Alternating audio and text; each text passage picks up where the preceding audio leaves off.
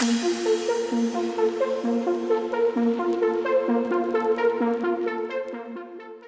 a beautiful Saturday. I was gonna film the feature segments close to my house somewhere in a parking lot, but I figured why not go up into the mountains and do it up here. We're up in the Angeles National Forest right now.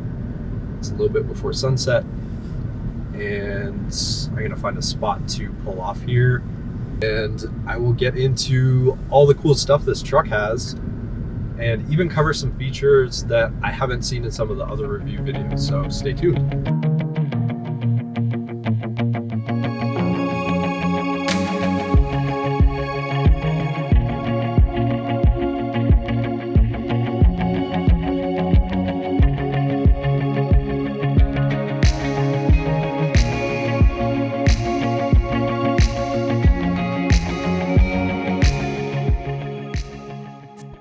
All right, we just parked. There's some beautiful views up here, and I'm excited to show you guys all the cool features on this truck. So my Rivian is a launch edition R1T with the adventure package. It's glacier white, and I've got the bright all-terrain off-road wheels and the off-road tires that come with it, as well as the forest edge interior. So starting with the key fob here, this is a really cool piece of design. It kind of looks like a carabiner. So you've got your basic functions on here. You can open the frunk with a double tap of that button. And then you can also open the tailgate from the key fob here. And then as you lock the vehicle, the handles go flush and then the lights swipe to turn off. And then when you unlock, the handles pop back out and the lights have a really cool greeting sequence that you can see here. Also, under the mirror, there's a light that projects a Rivian logo on the ground. Neat little feature. Back to the fob itself, it actually opens up, again, very similar to a carabiner, and this allows you to clip it into things like a backpack, so it's easier to access and you don't lose it. Now, as well as the key fob, you do get these two key cards that you can use to unlock and lock the vehicle. The charge port is really nicely integrated under the headlight and swipes open. You can see it's got a universal CCS port, and then if you open the flap, this allows you to plug into fast chargers. And then there's a nice little texture on the cladding there that lets you open and close the charge port door. So for the frunk, you can open that with the key fob or inside the vehicle, but there's also a hidden button here that you can use to open it. And this is super convenient if you're outside the vehicle. And you can see this frunk is pretty massive. There's a lot of space in here, which is really great. The floor also folds up and it's got two little magnets that hold it up if you need more space. There's also a 12-volt outlet here and this little mesh organizer net, which you can really easily remove if you wanted more room or you just didn't want it in there. And that foldable floor actually is removable as well. So if you had some bigger items you needed to put in the frunk, you can just pull that out. Then you've got a little drain plug at the bottom here. So if you get water or need to rinse this thing out a little bit, there's a place for the water to go. Also wanted to show you guys what comes in the bag that's in the frunk here. So there's a portable charger that comes with the Rivian. It's got a 120 adapter and a 240 adapter. And then there's also this extra cable here, which is for gear guard, and I'll show you that a little bit more later in this video. And not to be missed here, the last feature in the frunk is the windshield washer filler cap. All right, moving towards the rear of the vehicle, I've got the optional crossbars, which are really cool looking. These will also fit into the roof section as well. They're modular, so you can attach them up in the roof or on the rails of the truck bed. On both ends, they have this little flip up door, and that gives you access to your lock, so you can actually lock these in so no one steals them. So to remove the crossbars, you just pop that little door up, grab your key, turn it to the unlock position, and then you just pull up on that door a little bit and they will just pop out. And then to attach, you basically just reverse that process. So click in the crossbar, put it into the lock position, and then you push that door down. It's gonna click and the crossbar is locked in. So right next to that attachment port, you've got the button to open the gear tunnel. I'm sure a lot of you have seen this, but this is one of my favorite features on this truck. It's super useful and also just really unique. It's got a wow factor to it. And in the gear tunnel, you've got a 12-volt outlet on the driver's side, as well as a 120-volt outlet on the passenger side.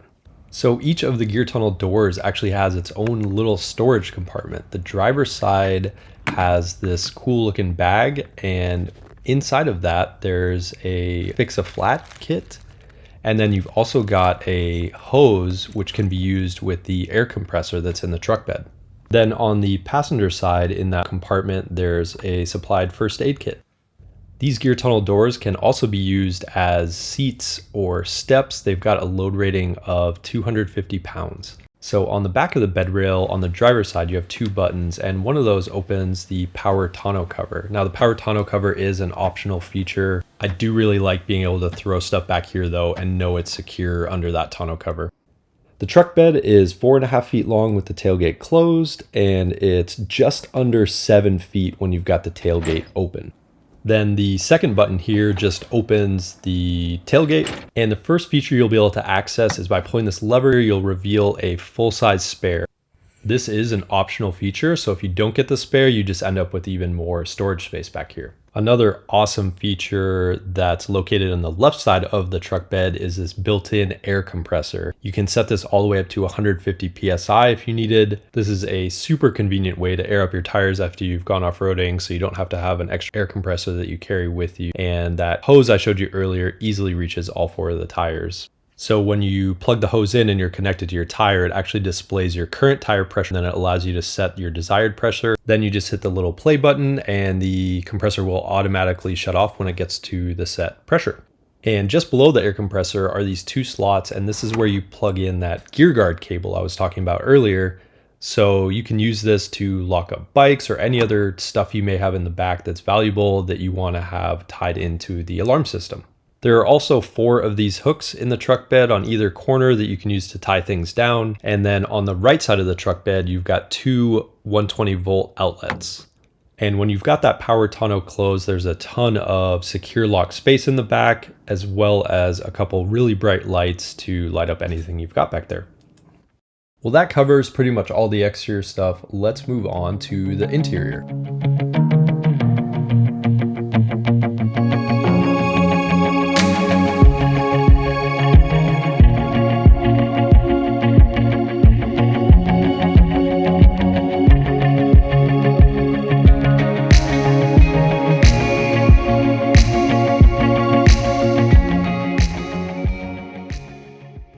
So under the second row seats, not surprisingly, there is even more storage, more space for stuff. The back of the seats have this really nice detail. There's a hook there and a USB-C charger, and there's these expandable mat pockets that you can fit smaller items into. The second row headliner has a nice little light, a handle, and also a speaker. And that light, as well as this one here for the front passengers, is capacitive touch. And the roof is a fixed panoramic glass that is awesome for soaking up views. At night, you can see those overhead lights do a great job of lighting up the cabin, and that forest edge interior just looks great in any light. There's a rear display screen for the second row passengers that controls climate and has 2 USB-C ports, as well as a 120-volt outlet on the underside of the console. The second row armrest folds down, there's a couple cup holders, and then there's also a small storage bin that you can access with this little button here. All right, another cool feature, behind the second row armrest, there's a pass-through into the gear tunnel, so you can access stuff from the second row. And to use that, you just have to slide up this little door here. All right, you guys can probably guess what's coming next. Another storage bin. There's 2 of these, one on the passenger seat and one on the driver's seat. They're pretty small, but you could fit sunglasses, a wallet, or even your phone in here. The cup holders for the front passenger pop out of the center console. If you've got a bigger item like a Nalgene bottle or this hydro flask, it actually fits really nicely in the front door. And then that center console has a little slot where you can put your phone. as well as a wireless charging pad for your phone. Then under the armrests, you've got a pretty giant storage space. There's a couple USB-C ports in here, as well as one of those removable rubber mats at the bottom. There's also a really massive flat storage area between the two footwells, and the rubber mat that sits in here is removable, so you can take it out if you need to clean it. There are actually those removable mats everywhere throughout the vehicle, in the mat pockets in the doors, and even in the gear tunnel, that big rubber mat is removable as well. So the standard floor mats are made out of this Chilwich material. I'm thinking of upgrading to the rubber all-weather mats, but for the moment, these are actually really easy to pop out and clean.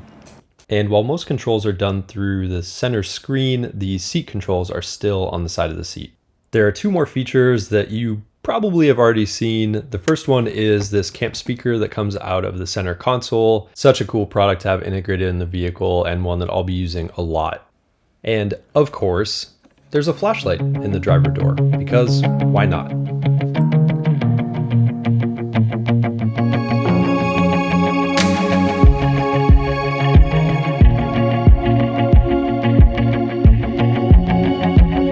All right, everybody, I'm back home now, and as you can tell, there's a lot of features to cover in this truck.